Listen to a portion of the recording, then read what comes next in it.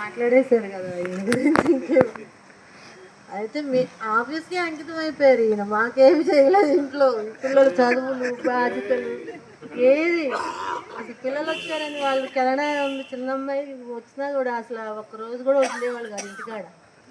పొద్దున రావడం సాయంత్రం వచ్చేవాళ్ళు. ఇక తను కూడా ఏమో లేమ్మ పై ఆఫీసర్స్ ఏమో అంటారేమో అని, వెళ్ళి డాడీ నీకు తెలియదులే అమ్మ నీకు అక్కడ ఏం జరిగేది అనేది, అలాగే తిరిగేవాళ్ళు. కానీ వాళ్ళు ఉన్నంతసేపు అసలు వాళ్ళు ఏం చదువుతున్నారు ఏంటి అసలు అసలు ఏమీ ఉండేది కాదు. మీరు ఇంతసారి ఇంత నెంబర్లు చదువుతున్నారు, ఇంత గుర్తుపెట్టుకుంటున్నారు అన్నారు.